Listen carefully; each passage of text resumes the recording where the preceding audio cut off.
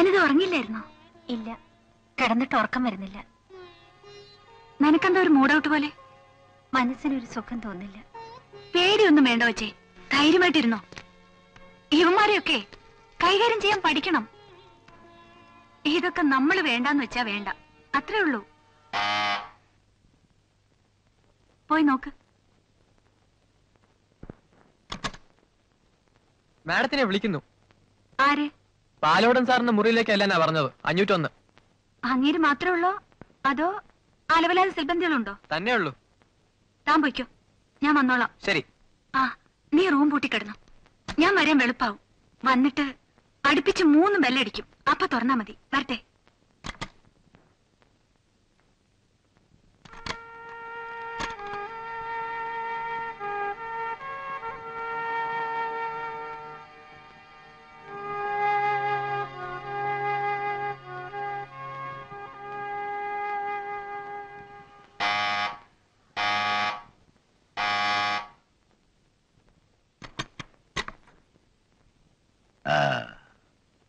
കിടന്നോന്ന് നോക്കുകായിരുന്നു.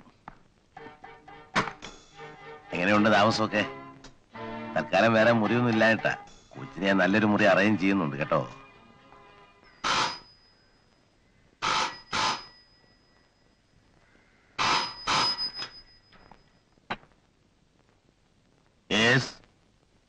ആരാ? അതെ, 402 തന്നെ. നിങ്ങളാരാ? ആ, പ്രിയനോ? എന്താടോ, സുഖം തന്നെയല്ലേ? ആ, കൊച്ചുറങ്ങാൻ പോവാ, കൊടുക്കണ്ടല്ലോ. വേണോ? പ്രിയനാ? വേണ്ടെന്ന്. ആ, കിടന്നോ.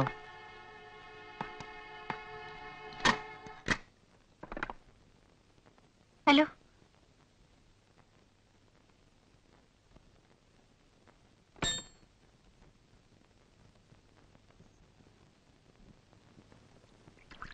വൈകുന്നേരങ്ങളിൽ പാടുന്ന സമയത്ത് പ്രിയനെ കാണുന്നതായിരുന്നു ഒരേ ഒരു ആശ്വാസം.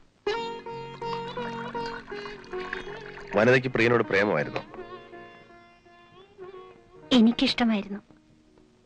വേണമെങ്കിൽ അതിനെ പ്രേമമെന്ന് വിളിക്കാം. കേൾക്കട്ടെ. മാഗിയും ഞാനും നല്ല സുഹൃത്തുക്കളായി കഴിഞ്ഞിരുന്നു. ഹോട്ടലിൽ താമസം തുടങ്ങി 2 ആഴ്ച കഴിഞ്ഞിരിക്കും. ഒരു ദിവസം മാഗി പറഞ്ഞു അവൾ ഹോട്ടൽ വിട്ടു പോവുകയാണെന്ന്. ഞങ്ങളുടെ ജീവിതമൊക്കെ ഇങ്ങനെയാണ് കുട്ടി. ഇന്നൊരു ഹോട്ടൽ, നാളെ മറ്റൊരു ഹോട്ടൽ, അത് കഴിഞ്ഞാൽ വേറൊരു ഹോട്ടൽ. ആ പാടുന്ന ആളങ്ങോട്ട് വരാൻ പറഞ്ഞു. റിഹേഴ്സലാ. റിഹേഴ്സലോ?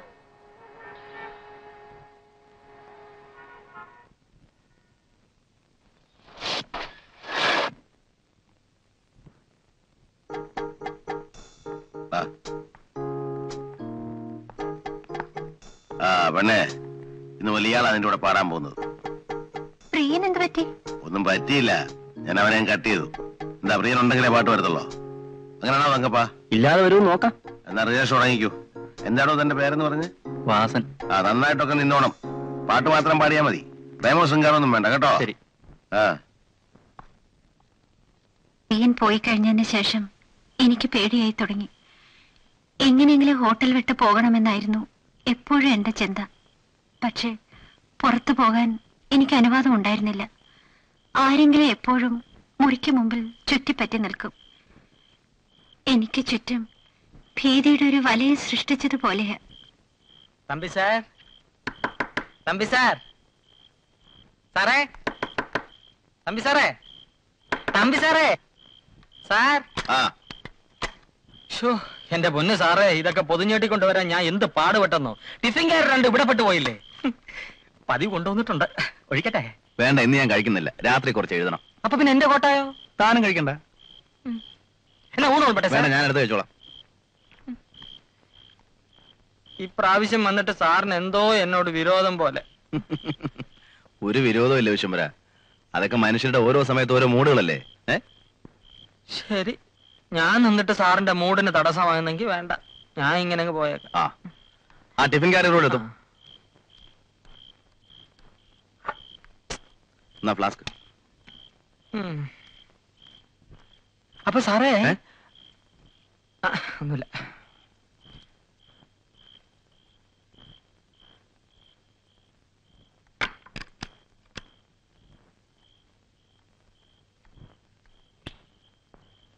അവൻ പോയി. ആ ബാക്കി പറ കേക്കട്ടെ.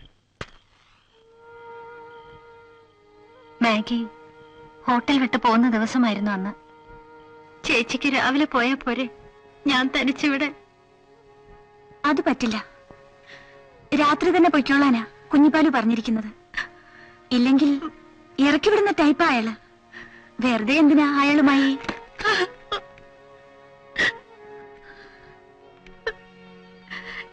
ഞാൻ എന്ത് ചെയ്യും ചേച്ചി? എനിക്കിവിടെ ഒറ്റയ്ക്ക് കഴിയാൻ വയ്യ. എനിക്കറിയാം നിന്റെ മനസ്സ്. ഒറ്റയ്ക്ക് ഇവിടെ കഴിയുന്നത് ശരിയല്ല. ഞാനും ചേച്ചിയുടെ കൂടെ വരട്ടെ. നല്ല കാര്യായി. അയാള് വിടുവോ? ചേച്ചി എങ്ങനെയെങ്കിലും പ്രിയനെ കണ്ടെന്ന് പറയാമോ വരാൻ? പ്രിയം വന്നാൽ അവരിങ്ങോട്ട് കയറ്റിവിടത്തില്ല വനിതേ. ഗേറ്റിന്റെ അവിടെ വന്ന് നിൽക്കാൻ പറഞ്ഞാൽ മതി, ഞാൻ ഇറങ്ങി ചെന്നോളാം.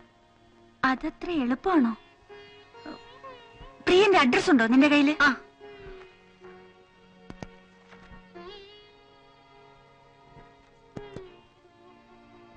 ഞാൻ പോയി പ്രിയനോട് പറയാം. ആ, ഗേറ്റിന്റെ അവിടെ വരാൻ പറയാം. Reception, I M Maggi here. ഞാൻ പോകാൻ റെഡിയാണെന്ന് പറ. പെട്ടിയെടുക്കാൻ ഒരു ബോയെ കൂടെ വരാൻ പറ. ആ,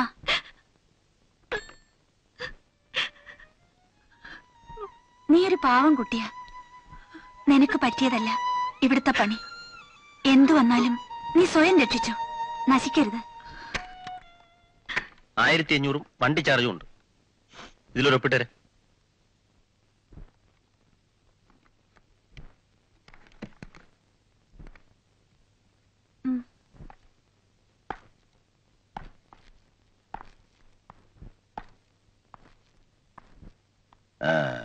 പൈസ ഒക്കെ വാങ്ങിയില്ലേ?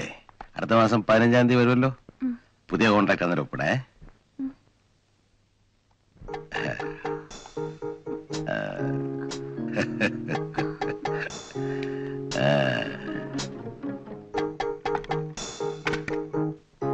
എന്താ ഒറ്റയ്ക്ക് കിടക്കാൻ പേടിയുണ്ടോ?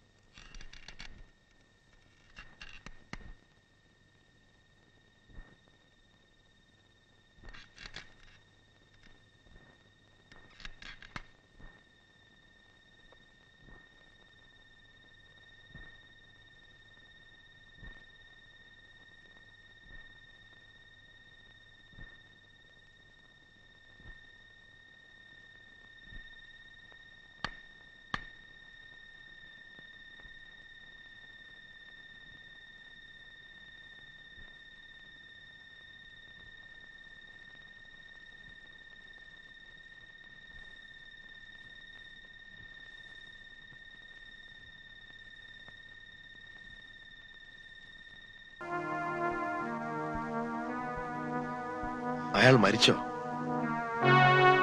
മരിച്ചതുപോലെ എനിക്ക് തോന്നിയത്. ചോര നല്ലതുപോലെ പുറത്തു വരുന്നുണ്ടായിരുന്നു.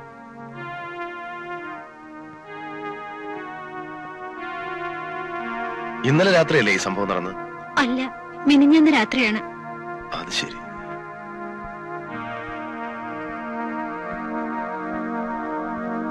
പിന്നെ ഇന്നലെ രാത്രി നീ എങ്ങനെ ഇവിടെ ഓടിയെത്തി? ഈ സംഭവം നടക്കുമ്പോൾ രാത്രി 2 മണിയെങ്കിലും ആയിരിക്കും. ഹോട്ടലിൽ നിന്ന് ഇറങ്ങിയപ്പോൾ എങ്ങോട്ട് പോകണമെന്ന് എനിക്ക് നിശ്ചയമില്ലായിരുന്നു. പ്രിയനെ പോലീസ് കൊണ്ടുപോകുന്നത് ഞാൻ കണ്ടത്. മോഹൻ എവിടെയാണെന്ന് അറിയില്ലായിരുന്നു. നേരെ പോയത് ഹോസ്റ്റലിലേക്കാ.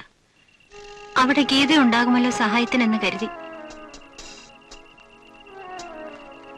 സംഭവം അവർ അറിഞ്ഞിരിക്കുന്നെന്ന് എനിക്ക് മനസ്സിലായി.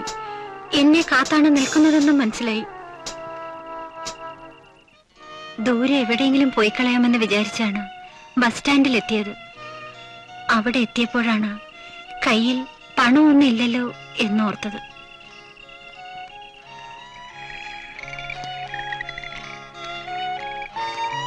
ജീവിതം അവസാനിപ്പിച്ചേക്കാമെന്ന് വിചാരിച്ചു. വെളുക്കുന്നത് വരെ പാളത്തിലൂടെ നടന്നു.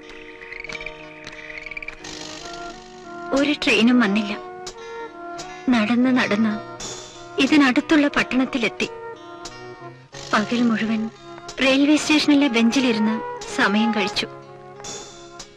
ആളുകൾ എന്നെ ശ്രദ്ധിക്കുന്നുണ്ടായിരുന്നു. രാത്രിയായപ്പോൾ വീണ്ടും ഇറങ്ങി നടന്നു, ലക്ഷ്യമില്ലാതെ. നീ എവിടെ പോന്നടി? ഇവിടെ അടുത്ത് വീട്ടിലോട്ട്. വിട്ടോ.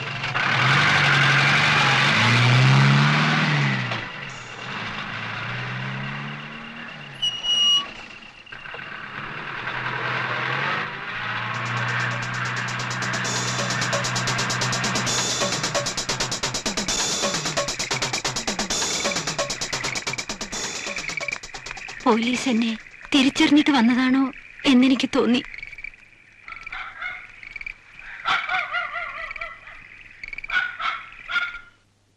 Truth is stranger than fiction. കുറ്റവാളിയായ ഒരു പെണ്ണിനാണ് ഞാൻ അഭയം കൊടുത്തിരിക്കുന്നത്. സാറ് വിഷമിക്കണ്ട, ഞാനിപ്പോ പോയേക്കാം. എല്ലാം പറഞ്ഞു തീർന്നപ്പോ മനസ്സിന്റെ ഭാരം ഒന്ന് അടങ്ങി. ഇപ്പോ എന്ത് നേരിടാൻ ഒരു ധൈര്യം തോന്നുന്നു. ഞാൻ നേരെ പോലീസ് സ്റ്റേഷനിലേക്ക് തന്നെ പോയേക്കാം. വരട്ടെ, അയാൾ ചത്തോ ഇല്ലയോ എന്നറിയട്ടെ.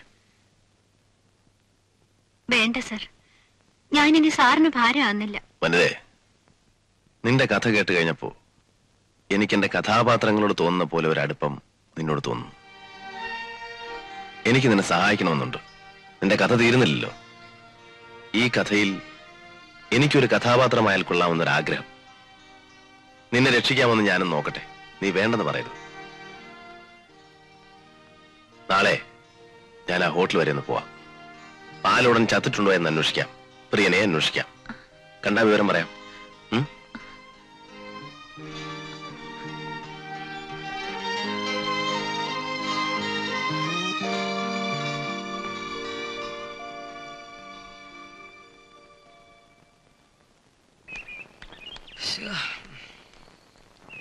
Sir, Thampi sir, Thampi sir.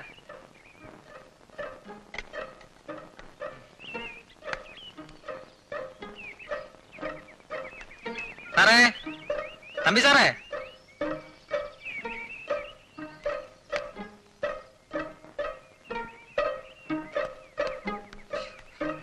സാറേ,